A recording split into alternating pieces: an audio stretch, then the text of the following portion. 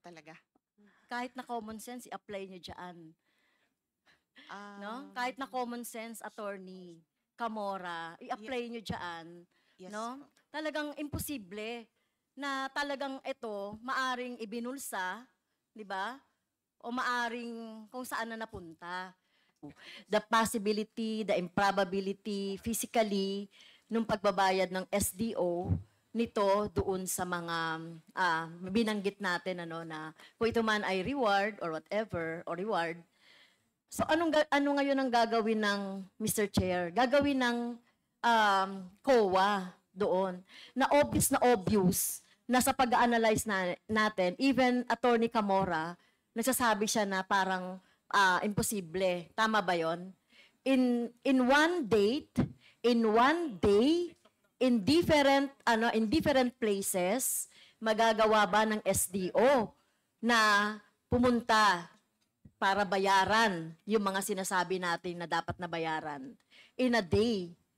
Sabi nyo kanina at sabi natin kanina no, imposible.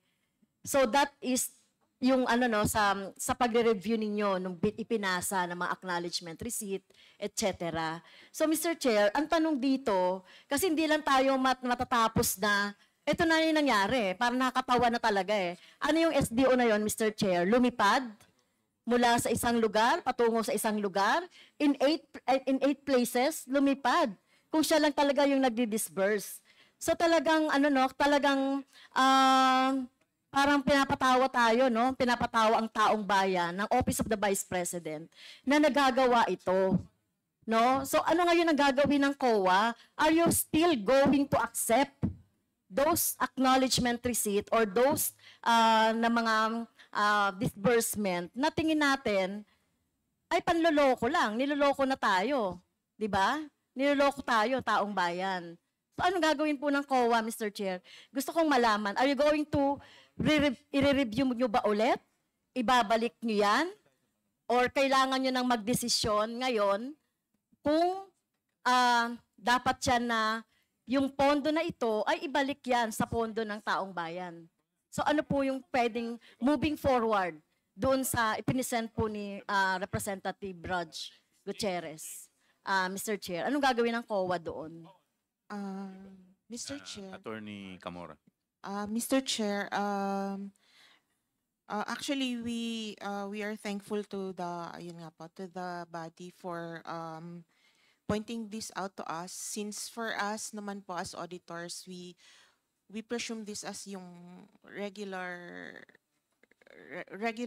ano po, but since these things have been pointed out, I think we will be basing our reviews na based on what we have discussed here in this hearing. And as to the cases po ng sa OVP and DepEd, yung sa 2023 especially po, AOM pa lang po yung status nung audit actions namin, and under review pa rin po yung mga compliance nila. So we will take po in consideration lahat po ng napag-usapan natin and be more circumspect in our review. Although mahirap since yun nga po marami pong transactions, but moving onwards siguro po i-apply po namin lahat ng mga learnings namin dito sa hearings na to. Although mahirap po talaga. Kahit na common sense, i-apply nyo dyan. No? Kahit na common sense, attorney, Camora, i-apply nyo dyan. Yes No? po. Talagang imposible na talagang ito maaring ibinulsa, di ba? O maaring kung saan na napunta. Kaya imposible yung nangyari na sa isang araw pumunta ka sa iba't ibang probinsya para mag-disburse. Yes, Mr. No? Imposible Chair. 'yon. At gamitin naman natin yung yung kahit na konsensya or kahit na common sense.